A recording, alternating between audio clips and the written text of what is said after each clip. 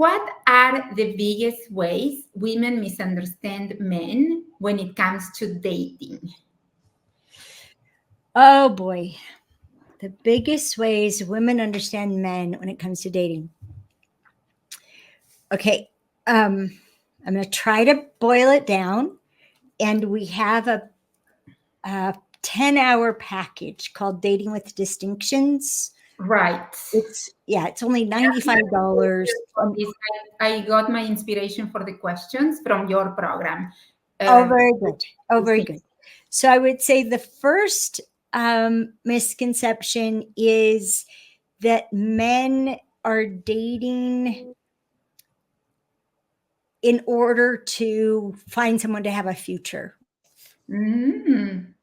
Yeah, sometimes men are dating because they're so nurtured by feminine energy. They're so nurtured by getting to be with the overflow of life force that women can have, especially when we're talking about what we're passionate about, profoundly nurtured and uplifted by it.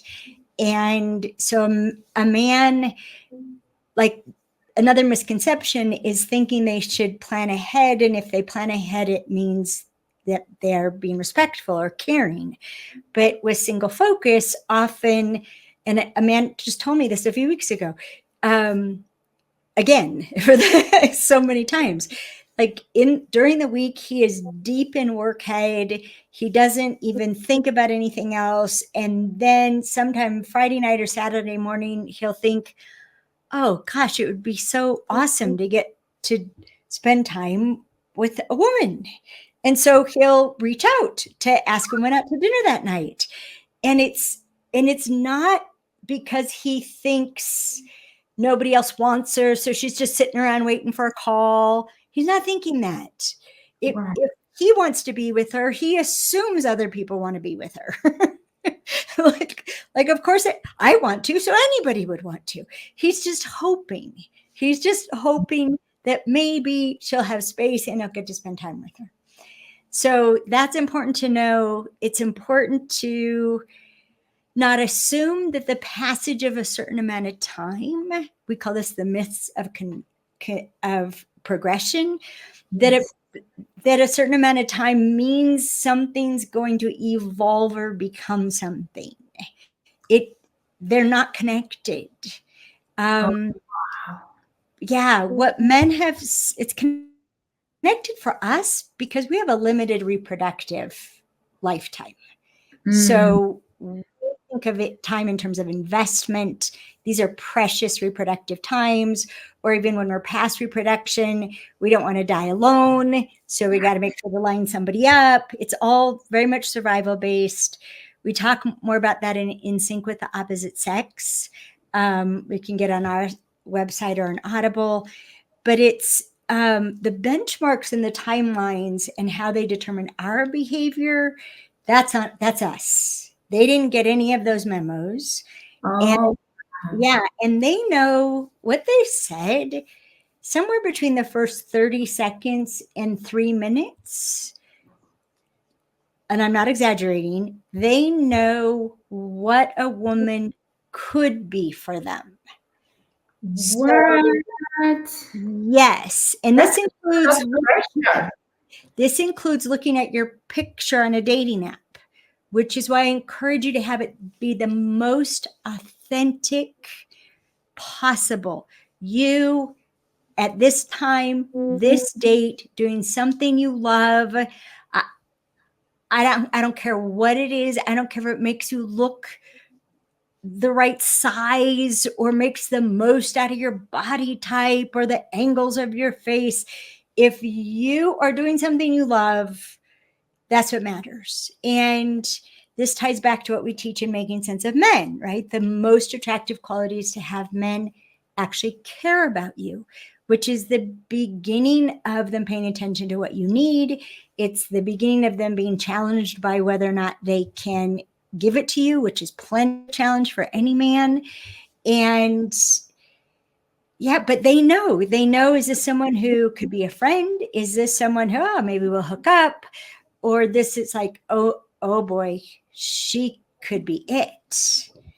And understanding what they're responding to when they have that reaction is really important. And something else to know is it's a kind of hell for them to meet a woman that they think she could be it, and they're not ready. They're not ready to be a boyfriend. They're not ready to be a husband. They're not ready to be a dad. They're not ready to own a house. And we as women, our next misconception is thinking that they relate to forms of relationship. They relate to commitment. We think they relate to any of those kinds of commitments they could be making, depends upon how they feel about it. And it does not. They literally could fall in love with us in the first 3 minutes, have the reaction my son-in-law had to my daughter, which, can I swear? Yes, be yourself. My goodness, we are not worthy of having you here, Alison Armstrong. Well, I mean, we have a policy of swearing, which is for truth, not for effect. So what my son-in-law told me, he thought in his head when he met my daughter was, oh shit, I could really care about this girl. Oh. Yeah. And that was a predicament for him. He knew his heart was at risk, and he had not put his heart at risk before. He's an awesome partner for her. He's awesome. He's amazing. The number of times my daughter has said, well, I was really upset, and then I talked to Harvey, and that made me feel better. My heart sings to hear her say that, right? And to watch him be a dad. They have an 8-month-old now. Oh, congratulations. It's extraordinary. But what he said is really typical, like to meet someone who could be the right person at the wrong time is just awful. Another thing that women don't understand is how carefully, I don't know if it's carefully.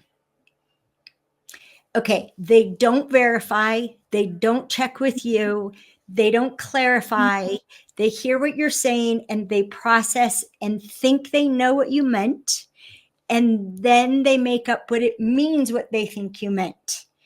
Okay. So, for example, if you talk a lot about how much you've traveled, right, and you talk about it with joy, right? You talk about it with passion. If they are looking for a woman for a future, they're not just hanging out, right?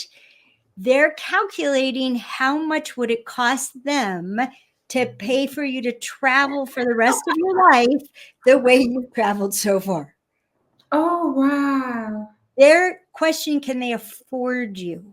They're listening to you talk about your adventures, talk about what you love. They're looking at what you're wearing. They're looking at the car you drive. If they pick you at home, they're wondering, could they pay that rent or that mortgage?